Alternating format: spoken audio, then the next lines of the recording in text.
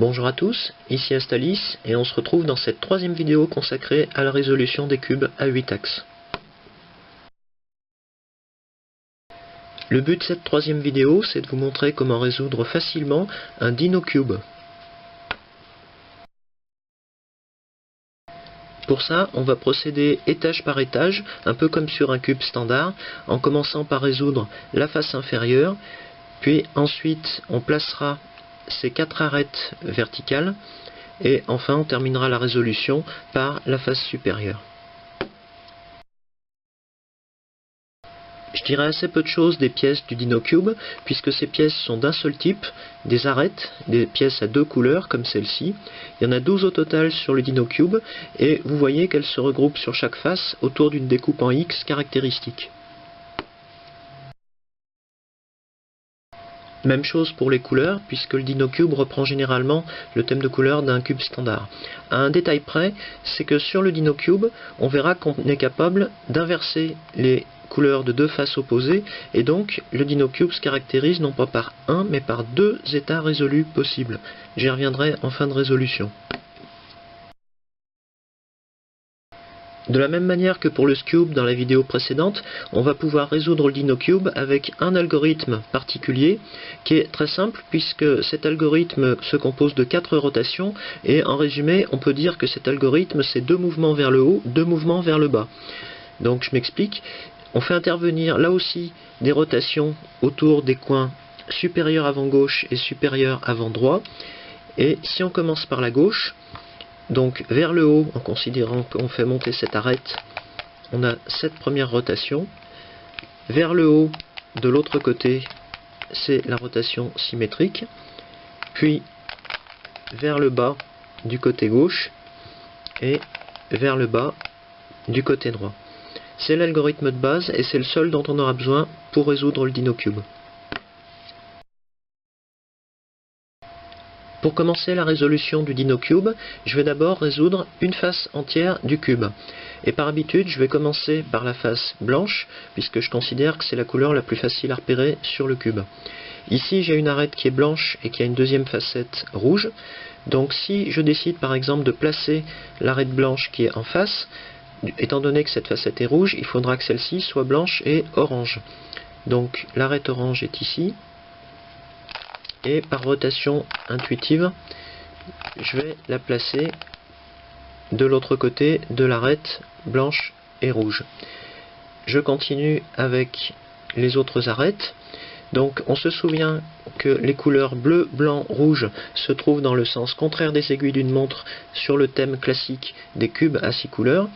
Donc je vais chercher l'arête bleue qui est ici et je vais essayer de la placer de manière à avoir les couleurs bleu, blanc, rouge, donc l'arête blanche et bleue doit venir ici. Alors, je vais essayer de l'amener comme ceci. Et là, on a un cas par exemple qui nous montre que cette arête bleue et blanche, si je veux la mettre là-haut, je peux tourner comme ceci, mais je bouge en même temps l'arête blanche et rouge qui était à sa place ici. Donc pour éviter ceci, je vais d'abord l'isoler à l'arrière du cube.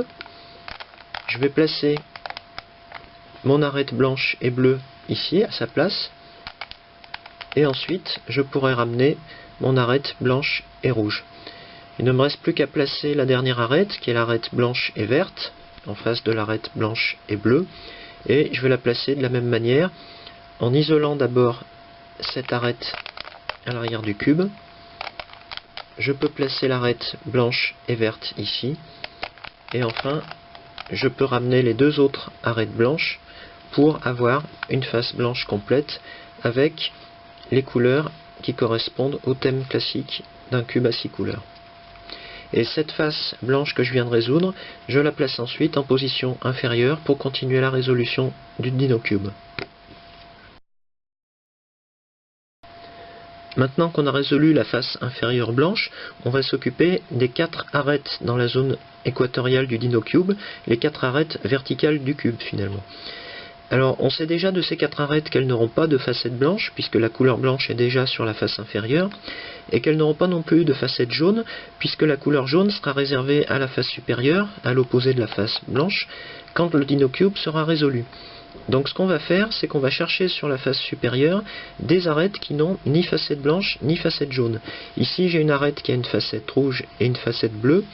Pour déterminer sa place sur le cube, je vais regarder les couleurs des arêtes inférieures. Ici j'ai une arête bleue, ici j'ai une arête rouge, donc pour placer cette arête, il me suffit de tourner le cube comme ceci.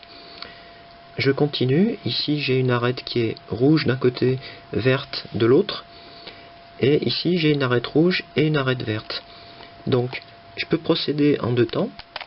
Je vais tourner d'abord le cube comme ceci pour placer l'arête ici, et dans un deuxième temps, je peux tourner à nouveau pour mettre cette arête à sa place. Je continue avec l'arête orange et bleue, que je vais venir placer entre les arêtes orange et bleu, ici. Et il ne me reste plus qu'à placer l'arête verte et orange, dont la place est ici, entre les arêtes vertes et orange. Alors ici, on voit que si on tourne le cube comme ceci, on va venir déloger cette arête qui est déjà à sa place. Mais on va voir qu'on peut s'en sortir en tournant comme ceci pour placer l'arête orange et verte sur la face supérieure, toujours. On peut ensuite venir les mettre en place entre les arêtes orange et verte. Et pour terminer, cette arête qu'on a délogée pour les besoins de placement de cette arête, on va pouvoir la remettre à nouveau à sa place en tournant le cube comme ceci. Et si on passe en revue les 4 faces latérales du DinoCube, on s'aperçoit qu'on a bien placé les 4 arêtes verticales. À ce stade de la résolution, il ne reste plus qu'à résoudre la face supérieure jaune, si elle n'est pas déjà résolue, ce qui pourrait arriver dans certains cas. Dans un cas général, comme celui-ci, on verra qu'on a souvent une des 4 faces latérales du DinoCube déjà résolue, ce qui revient à dire que cette arête jaune et verte est déjà à sa place sur la face supérieure. Pour placer les autres arêtes, on va d'abord basculer le DinoCube pour que la face supérieure, la face jaune, soit la nouvelle face avant.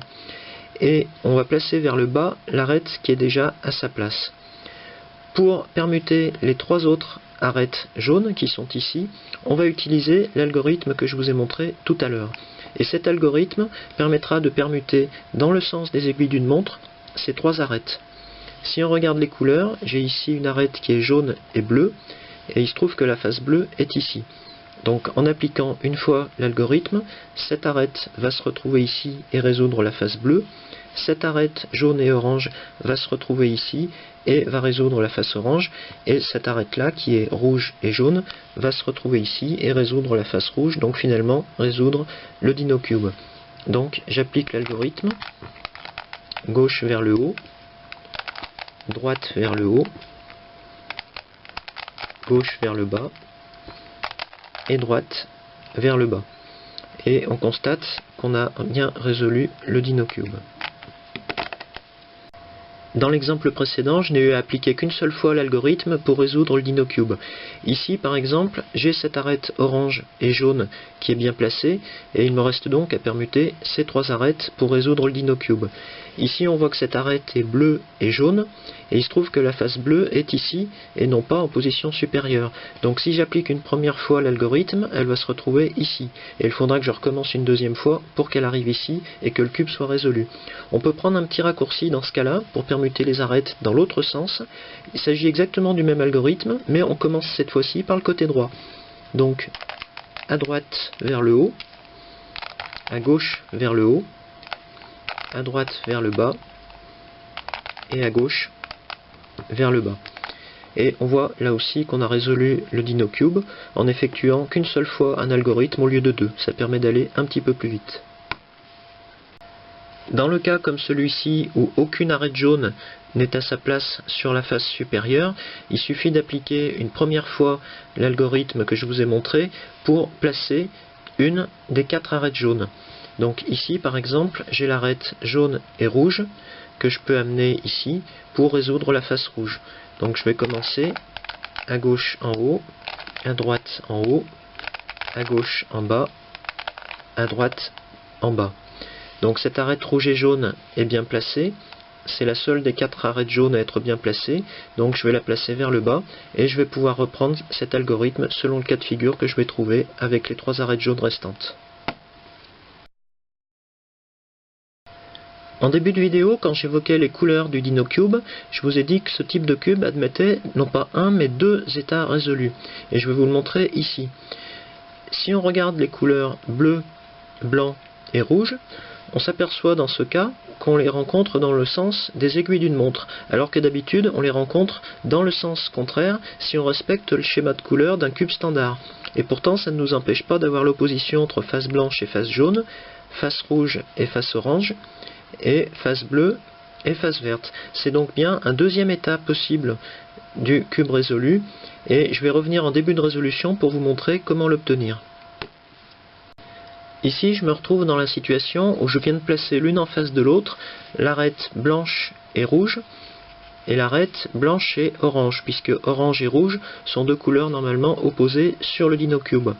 Si je décide de placer par exemple l'arête bleue et blanche, qui se trouve ici, j'ai le choix finalement entre ces deux places. Si je décide de respecter la disposition standard sur un cube, je vais venir la placer ici, puisqu'on aura les couleurs bleu, blanc, rouge dans le sens contraire des aiguilles d'une montre. Mais je peux parfaitement venir la placer à cet emplacement-là. C'est ce que je vais faire maintenant.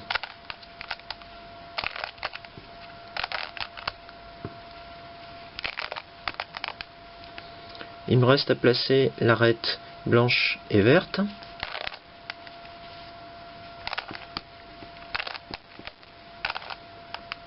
Et j'obtiens de la même manière ma face blanche complète. J'ai bien opposition entre les couleurs rouge et orange et les couleurs bleu et verte.